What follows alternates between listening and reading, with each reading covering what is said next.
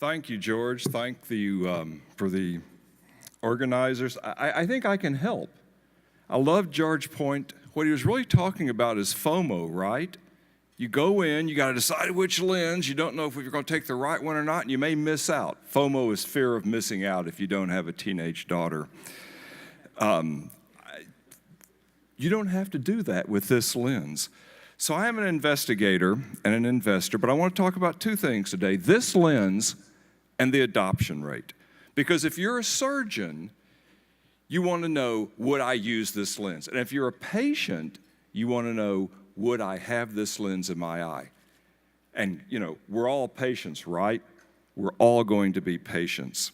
What's the importance? 76 million baby boomers age 65 right now. And 82 million Gen Xers are just hitting 55. We are literally going to be covered up in cataract surgery. It's a unique lens for the surgeon and patient. Same pre-op planning as monofocal, no corneal markings, no intraoperative steps. It's standard cataract surgery, placed in the eye and then adjusted with a plain light beam after the surgery, a few weeks after. Positioning a toric, aberrometry, those take time.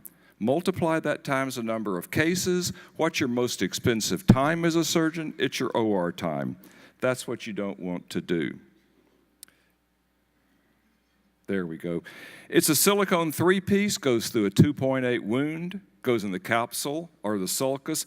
It's exchangeable years later. It doesn't stick to the capsule. You just spin it out. It opens quickly, which is a good thing.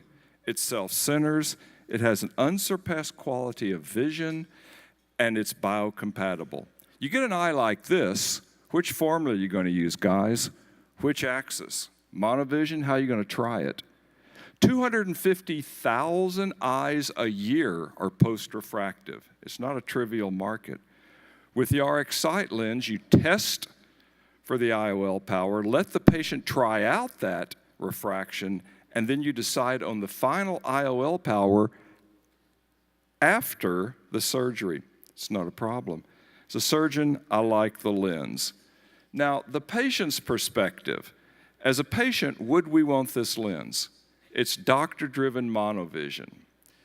Quarter diopter steps. It's aimed at the biggest group of us that George talked about, monovision and torics.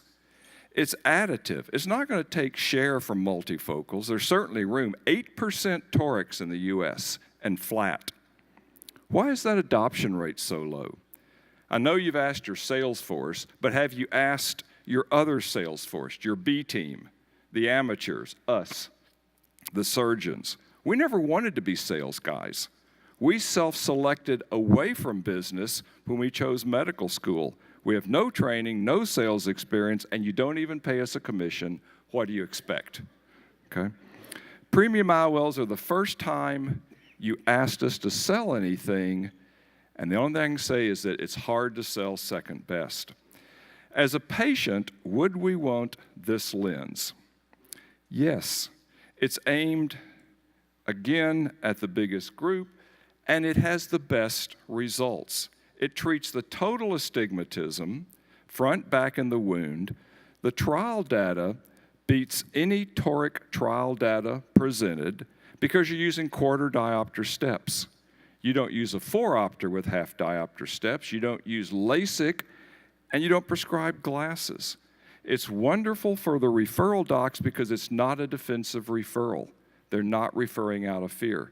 They keep their patient, they send them back to you, they don't have to worry about an unhappy IOL patient, and then they get the patient back. So pre-op is now post-op.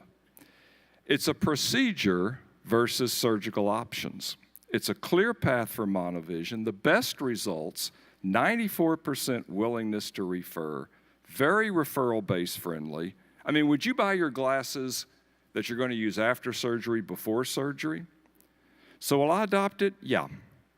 It'll be the bulk of my practice, plus whatever the best multifocal EDOF lens is, which I will save for the best multifocal EDOF candidates. So with that, Thank you very much.